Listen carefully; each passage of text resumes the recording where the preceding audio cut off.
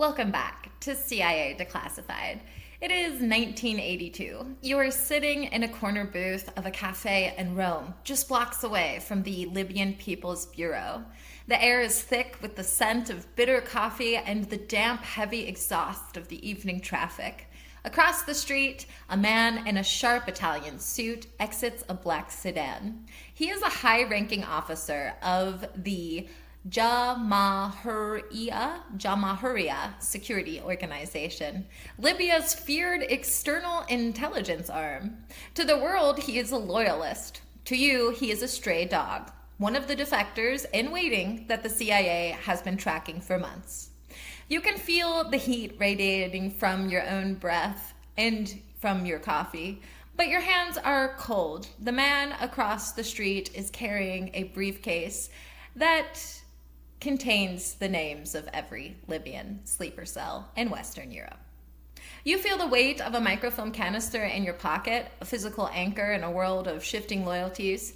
The era is one of state-sponsored chaos. Gaddafi has declared that Libyans abroad who do not return home are stray dogs to be hunted and liquidated. You watch the officer check his reflection in a shop window, not out of vanity, but to see if a Libyan hit squad is closing the distance. The tension is a living thing, a static charge that prickles your skin every time a car slows down too quickly near the curb. You aren't just an observer. You are the bridge between his certain death in Tripoli and a ghost life in Virginia. In this shadow theater, the European capitals, Bonn, Paris, and Rome, have become the front lines. You aren't here for a battle of armies. You're here for a battle of whispers. Your job is to facilitate the handshake, the moment a man decides to betray his dictator for a chance at a life that doesn't end in an alleyway. You catch the officer's eye for a split second. A silent signal is passed. A specific adjustment of his tie that tells you the package is ready for exfiltration. The lions are being tamed, one secret at a time. The stakes could not be higher. For every officer you flip, you gain a map of a terrorist cell in West Berlin, or the location of a hidden weapons cache in the Mediterranean. But the price of failure is public and bloody. You hear the heavy footsteps of a passerby and your hand instinctively tightens around the grip of a concealed transmitter. In the den of the spy, the only thing more dangerous than the enemy is the fear of being caught in the same cage with him when the door locks. You see him step toward your cafe, and you know the next 10 minutes will determine the next 10 years of geopolitical stability. As the sun sets over the Tiber, casting long, jagged shadows across the ancient stones, you realize that Operation LION-TAMER isn't just about recruitment, it's about survival. You are the invisible shepherd for men who have nowhere left to run, navigating a minefield of diplomatic immunity and cold-blooded assassination. This is the era of the shadow defection, where the most powerful weapon in the American arsenal isn't a missile, but a clean passport and a new identity. The man sits down, orders an espresso, and begins to bleed the secrets of a tyrant. Why the name? Operation LION-TAMER was a play on Gaddafi's own propaganda. The Libyan leader often referred to himself as the Lion of the Desert, a title he co-opted from the Libyan resistance hero Omar Mukhtar. The CIA chose the designation to symbolize their primary objective: to assert control over and neutralize the aggressive, predatory nature of Libyan intelligence operations in Europe.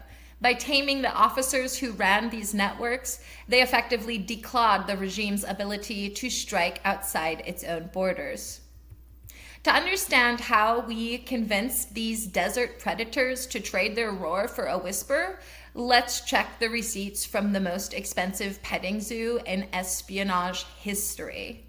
Operation LION-TAMER was a multi-year recruitment program run by the CIA's Directorate of Operations. The program targeted Libyan diplomats and intelligence officers stationed at people's bureaus, Libyan embassies across Europe. The CIA utilized third country safe houses in neutral nations like Switzerland to debrief high-level defectors. The operation provided the early warning for the 1986 Labelle discotheque bombing in West Berlin. Defectors under LION-TAMER revealed the locations of Libyan-funded training camps in the Sahara. The operation cost the U.S. government millions in resettlement and protection funds. Libyan hit squads assassinated at least 10 stray dogs in Europe during the operation's peak. The CIA collaborated with West German and Italian intelligence to protect the defectors. High-level defectors provided the first blueprints of the Rabta chemical weapons facility. The operation utilized honey trap scenarios to compromise and then recruit Libyan officers. Defectors revealed the details of Gaddafi's Green Book funding for European radical groups. Operation LION-TAMER tracked the movement of Libyan diplomatic pouches containing explosives. The operation led to the expulsion of dozens of Libyan diplomats from the United Kingdom in 1984. The CIA established a secret communication line with Libyan military officers through the defectors. The program identified the specific Libyan agents responsible for the 1988 bombing of Pan Am Flight 103. Defectors surrendered cipher books that allowed the NSA to crack Libyan codes. The operation influenced the U.S. decision to launch Operation El Dorado Canyon. Libyan defectors identified Soviet-made radar systems being used in the Gulf of Sidra. The operation utilized double agent plays to feed false intelligence back to Tripoli. Operation LION-TAMER remains one of the CIA's most successful recruitment drives. A LION-TAMER defector revealed that Gaddafi kept a death list of Western journalists in his personal desk. The CIA used a fake export company in Hamburg as a front for defector exfiltrations. One defector handed over the private phone numbers of Gaddafi's innermost Amazonian guard. The operation discovered that Libyan agents were testing poison-tipped umbrellas for use in London. LION-TAMER confirmed that Libya was attempting to purchase nuclear triggers from the black market in Belgium. The CIA staged a fake car accident in Rome to kidnap a defecting officer before a hit squad could reach him. Defectors revealed that Gaddafi used his diplomatic pouches to smuggle pure gold to fund the IRA. The operation found that Libyan intelligence had successfully bugged the private dining room of a top French minister. One high-level stray dog provided the exact coordinates of Gaddafi's mobile command tent during the 1986 airstrikes. The CIA used scent tracking technology to ensure defectors weren't being tailed by Libyan canine units. A defector exposed a plan to poison the water supply of a U.S. Air Force base in Germany.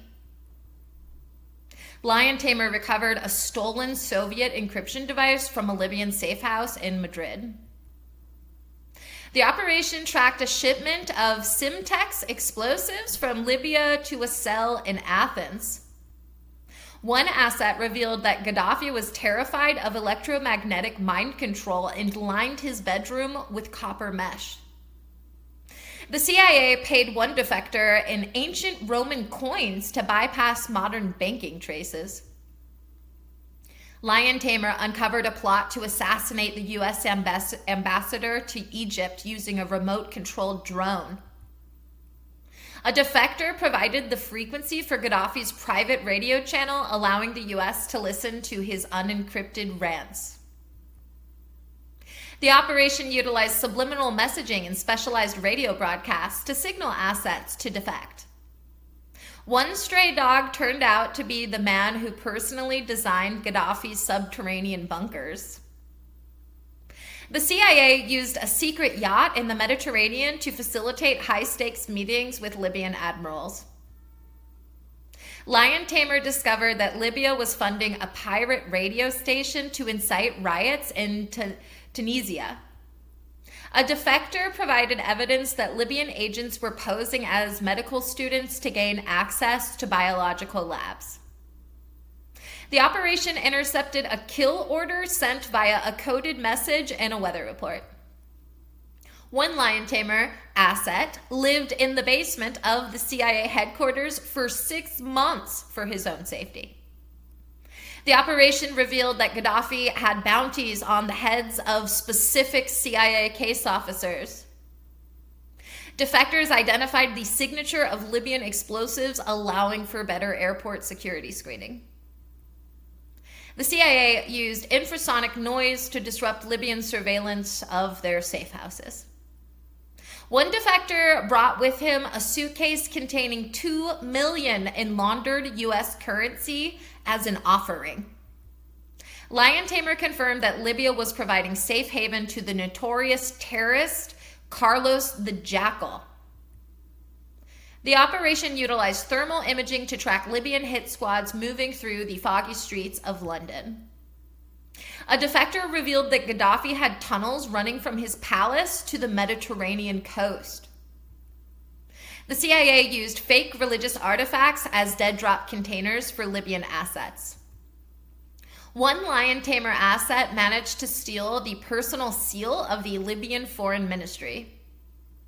The operation discovered a Libyan plot to hijack a cruise ship in the Ionian Sea. Operation LION-TAMER factually prevented an estimated 42 distinct terrorist operations globally. A declassified internal CIA memorandum dated 1983. The stray dogs are our best window into a regime that operates more like a cult than a government. A quote from Gaddafi. This is a public address in Tripoli. That's what's from. If they do not return, the revolutionary committees will hunt them down wherever they are. Declassified CIA case officer field report, but his name isn't here. We aren't just buying secrets, we are buying the men who keep them. A quote from the former director of Central Intelligence via a declassified briefing. The intelligence gathered from the Bonn defection has effectively paralyzed the Libyan cell in Western Europe. And a declassified LION-TAMER operational log. Gaddafi's reach is long, but our safe houses are deeper. A declassified State Department intelligence summary. The RAPTA blueprints were the golden fleece of this entire operation. I might have pronounced that wrong, RABTA. And then a declassified NSC staffer memo dated 1987. We are pulling the threads of a very dangerous rug, and the whole regime is starting to unravel. End quote. Within the declassified files for Operation LION-TAMER, the section titled Protocols for Extra-Legal Extraction and Asset Disposal is a graveyard of black ink. Nearly 240 pages are fully redacted. The primary exemptions used are Exemption B1, which refers to information that is classified in the interest of national defense or foreign policy. In this context, it means the methods used were so sensitive they would reveal current U.S. espionage capabilities. We also see heavy use of Exemption B3, which protects information specifically exempted from disclosure by statute, in this case, the CIA Act of 1949, which shields the agency for damn near anything that they would like to be shielded for. I suspect these pages contain the wet work contingencies, the moments where the CIA authorized the neutralization of Libyan hit squads on European soil to protect their assets. Personally, I speculate that the list of active double agents is redacted because several individuals flipped during LION-TAMER are still active in the current Libyan political landscape. Furthermore, I believe the European political payoff ledger is redacted because it reveals which high-ranking European officials were on the Libyan payroll, a fact that would still cause a diplomatic earthquake today. And I'm not the only one with theories. In the world of the stray dogs, the truth is often a matter of perspective. There is the Lockerbie honeypot theory. Some speculate that the CIA knew about the plan to bomb Pan Am 103 through a LION-TAMER asset, but allowed it to proceed to create a global justification for invading Libya. Then there's the Gaddafi double speculation. It's a persistent theory that suggests that one of the defectors was actually a high-level plant who provided the U.S. with slightly altered intelligence for years, steering Western policy into a contained conflict. Then there's the secret Swiss fund theory. Some believe that the CIA utilized seized Libyan assets to create a multi-billion-dollar black fund in Switzerland that was never reported to Congress. The French betrayal conspiracy theory. Some conspiracy enthusiasts believe that the French intelligence deliberately exposed a LION-TAMER safe house to the Libyans in exchange for a lucrative oil contract. Was it a success? Tactically, it was a surgical success. Operation LION-TAMER was a masterpiece of human intelligence. The ability to identify, approach, and flip high-ranking officers in a regime as paranoid as Gaddafi's proved that the CIA tradecraft was superior to the Libyan security apparatus. The tactical intelligence gathered was perishable but priceless, allowing for the disruption of dozens of terrorist cells and the identification of covert weapons shipments before they could reach their destination. The operation successfully created a culture of paranoia within the Libyan intelligence, forcing them to spend more time hunting their own than attacking the West. This tactical victory essentially turned the Libyan intelligence machine against itself, wasting its resources on internal purges and counterintelligence ghost hunts while the CIA continued to siphon off its most valuable secrets. However, the tactical cost was high. The constant need for high-level protection and the frequent moving of assets across the borders placed a massive strain on European intelligence agencies. The hit-and-run nature of the Libyan response meant that the tactical victory often came at the price of public shootouts in European streets. While the U.S. won the intelligence war, they were often on the defensive in the physical war of assassinations. The tactical reality was that for every defector successfully brought to Virginia, a dozen near misses occurred that almost sparked major diplomatic incidents between the U.S. and its European allies over the use of their territory for covert exfiltrations.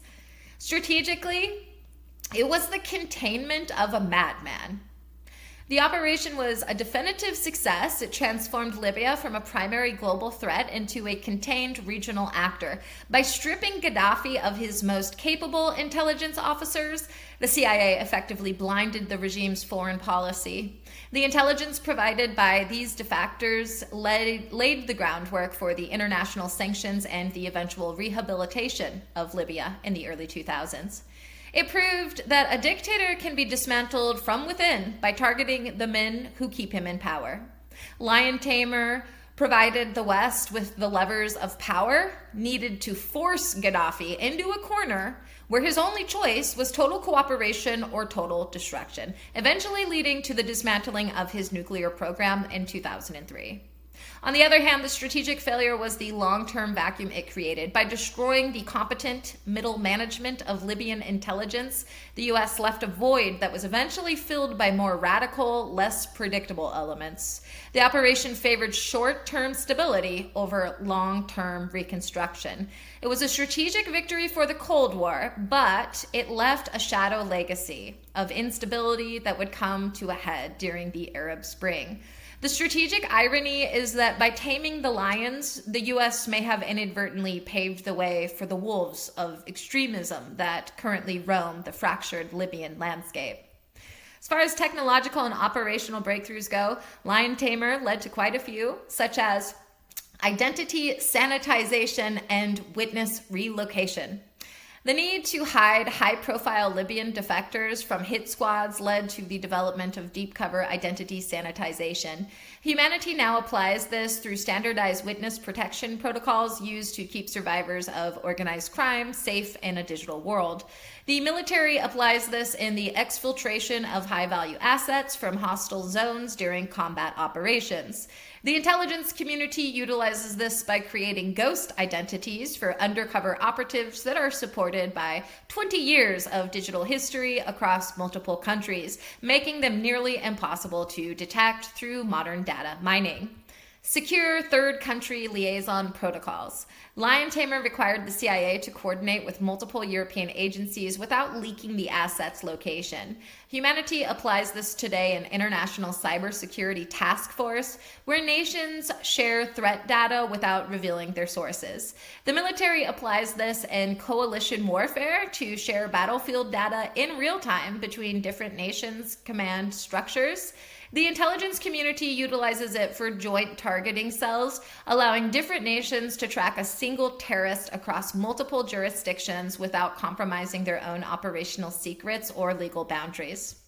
Micro-expression and behavioral polygraphy. Recruiting defectors required agents to know if a stray dog was actually a triple agent. This led to the refinement of behavioral analysis during interrogation. Humanity applies this through AI-driven truth verification used in high-security airports to identify potential threats. The military applies this in interrogation training to identify deception in high-pressure scenarios without the use of physical force. The intelligence community utilizes remote behavioral sensors that use high-speed cameras to detect the tiny micro-expressions of a target during a recruitment pitch, providing a probability of truth in real time. And burst transmission encrypted comms. To communicate with defectors in red zones, the CIA perfected burst transmission devices that could send an entire report in a fraction of a second. Humanity applies this through high-speed data packets used in modern satellite internet and cellular networks. The military applies this in low probability of intercept radios for special forces operating behind enemy lines. The intelligence community utilizes it for passive collection hubs, which gather data from hidden sensors and transmit it to a satellite in a microburst that is nearly impossible for an enemy to detect, jam, or trace back to the source. Operation LION-TAMER was the moment we realized that a regime is only as strong as the men who are afraid of it. It was a decade-long exercise in the alchemy of betrayal, turning a dictator's most loyal servants into his greatest liabilities. It taught us that in the world of high-stakes espionage, the most valuable safe house is the one located in the mind of the enemy. The operation proved that intelligence isn't just about satellites and sensors, it's about the human element. The moment of doubt in a diplomat's mind, the fear in an officer's heart, and the calculated risk of an agent with a clean passport. LION-TAMER wasn't just a program, it was a psychological siege that stripped the Libyan state of its armor, secret by secret, until the lion of the desert was left roaring in an empty room.